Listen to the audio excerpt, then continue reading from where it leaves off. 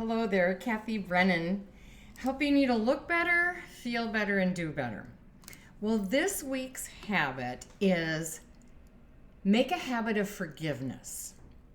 Now, it's Easter week, and in the Christian faith, Jesus' sacrifice on the cross, one of the last things he said was, "Forgive them, for they know not what they do."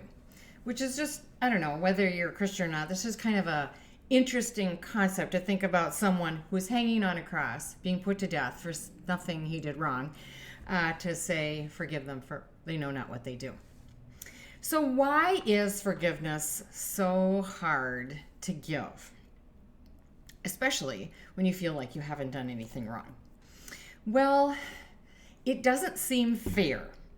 But as my friend Bonnie likes to say, life isn't fair, the fair is in August. Just love to quote her on that. But when somebody does something wrong to us, and we have all this negative emotion around that, it's hard to let go of that emotion and forgive the other person because it feels like that negative emotion is what is going to make sure that they get punished.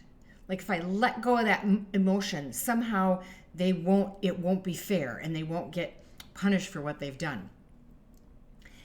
But the truth is that a negative emotion that we hold when something's done wrong to us, it hurts us. It doesn't hurt them. It does hurt us. So let's start there. Now, I am not an expert on forgiveness. I do not have anything huge that's happened in my life that I've had to forgive someone for. But I am kind of an expert on unforgiveness because I have held grudges, sometimes literally for years. And so I know all about how heavy this is, how not good it is to hold that unforgiveness inside of you. So what does it mean to have a habit of forgiveness? A habit means doing something regularly letting things go, letting it go, that which, so when someone's wronged you, for just regularly letting that go. It does not mean denying what happened. That's just ignorance. That's not, it really happened. So denying that it happened and pretending it happened or acting as if it didn't happen, that's not forgiveness. That's denying what it is. I just recently had something happen and I clearly let this person know from my perspective what had happened. And I feel like that was, even though I forgave him, there's no point in holding a grudge for what he's done. It's also, I felt it was my duty to let him know how that felt from my end. Sometimes it's a matter of asking questions like, why did you do that? Or what were you thinking? That can clarify, like, this has also happened where I've asked, so what were you thinking? And then I get an explanation and I realize, oh, there's nothing even to forgive here. I get what happened. It's also important to tell the other person how you feel. That's what I did in the case of this other person. I let him know, no, this is how I feel. There's nothing wrong with this situation that just happened. There's nothing right with it. What you've done has really hurt me. So forgiveness doesn't let them off the hook. It lets you off the hook. So you know how a fish, I'm not a fisher person, but there's a hook. And on the end of the hook is a barb. It's like this little thing that gets hooked into the fish's mouth and then that you can pull them up. Well, letting yourself off the hook is like freeing yourself from that hook and the line that's attached to the offender or the offense. It's letting yourself free from that. It's actually a gift to yourself.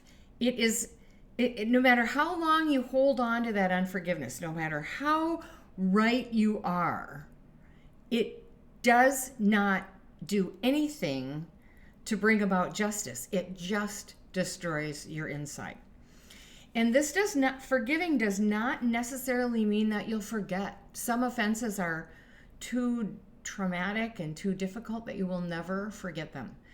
But forgiveness is just letting yourself off that hook, detaching from the offender or the offense, and moving on with your life.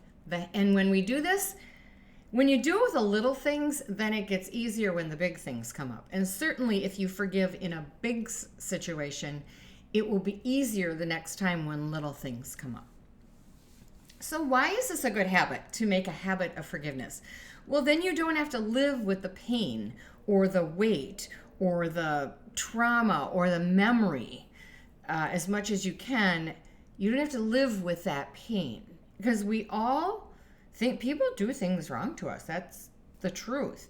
And then they just handed me a sack of rocks. Now I get to decide whether I'm going to continue to carry it around for the rest of my life or set it down.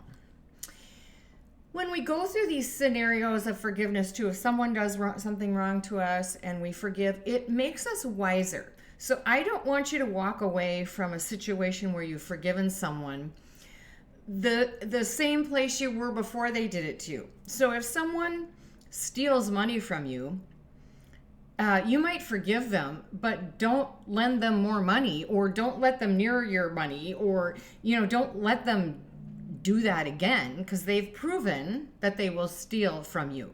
So you'll be wiser. So this person who made this decision that was really, really painful for me, I'm wiser now. I understand who he is. He has shown me who he is. Actually, there were several people, and now I know who they are. So I'm not going to go on as if they're the same people. They've told me this is who I am and this is how I'll behave. And so I'm wiser now.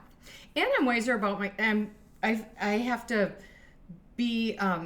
wiser about myself too. I realize, I believe this to be true, but there may have been signs that wasn't true, and I just ignored them. So hopefully I'm wiser too.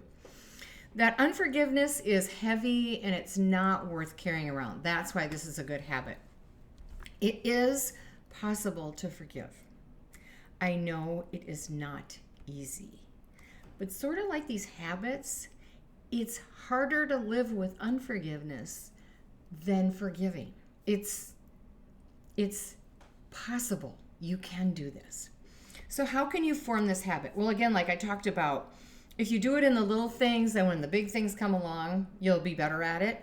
Or when you forgive in a really big, from something really big that happened to you, then you're making it easier. So when the little things come along, that won't even compare. But again, like I mentioned, clarify what happened before you decide that this offense is too much, or that you need to give forgiveness. Your forgiveness does not depend on whether or not they ask for it. It's just something you do for yourself, internal. If someone has offended you, make sure you acknowledge your version of the events. If you talk to them about it, do not let them convince you that your feelings were wrong or how you took this was wrong. No, you get to have your impression of the events. You might hear something that clarifies, oh, now I understand why you behaved that way. But when someone says you shouldn't feel that way, or that you took that wrong, they don't get to say that. You get to take it how you take it based on your experiences and observations. So acknowledge that. You might have to ask yourself questions about it and then replace your thinking. So let's say someone's very rude to you, and instead of like, oh, he's so rude, I can't believe he's so rude, and you just hang on to the fact that he was so rude, you might ask yourself a question like, what would ever cause a person to behave that way? And you could come to many different conclusions. He's been hurt, he's afraid, he doesn't have social skills. Realize that often the offense has nothing to do with you. It has to do with them. Just as my behavior has to do with me, their behavior has to do with them. So, but you can ask yourself these questions, look at it from a different angle. Maybe this is what they were thinking or that, because you may never know. They might not be willing to talk about it or make amends. And I don't want you to live with that unforgiveness and that weight of that forever because they won't engage in the conversation. That is not a reason to be stuck. So speaking of stuck, don't allow those negative emotions just to get stuck, stirring around. He was rude, he's obnoxious, I can't believe they did that, that was terrible, that was unconscionable, like, well, how could they behave that way? Instead of letting those emotions get stuck, move through them. It's important. You can feel it, you can acknowledge your version of the truth, and then you can move into forgiveness. Now, we sometimes get stuck, and I wrote this great book called So Now What? A Guide for People Who Feel Stuck, to help you do that movement, to help you figure out, why did this affect me so much? Why is this so troubling? What's happening here inside of me? What is it touching inside of me? So you can go to my website and get that book. Realize that not everyone is going to see things the way you do. So that's just a way to form this habit of forgiveness. Not everybody's going to see things the same way you do. I was just talking to a friend at lunch, and she talked about how she was in line for a half hour waiting for an event, and then these people came and just walked and butted right in line, right in front of her. And we were just like, why would they do that? Like, because neither one of us could understand ever doing that. And it helps me to realize, some people just, either they don't see it, or they feel entitled to do that, or whatever. Like, I don't want to sit around bitter and angry about that. That just harms me. So not everybody sees things the way you do. And the last way to form this habit is just realize that you need forgiveness too. So be aware of, if you've offended someone and someone talks to you about it, that you might need to ask for forgiveness. So this is just a ginormous topic, and I can't touch it all in just these few little moments, but I wanted to talk about making a habit of forgiveness. Be well.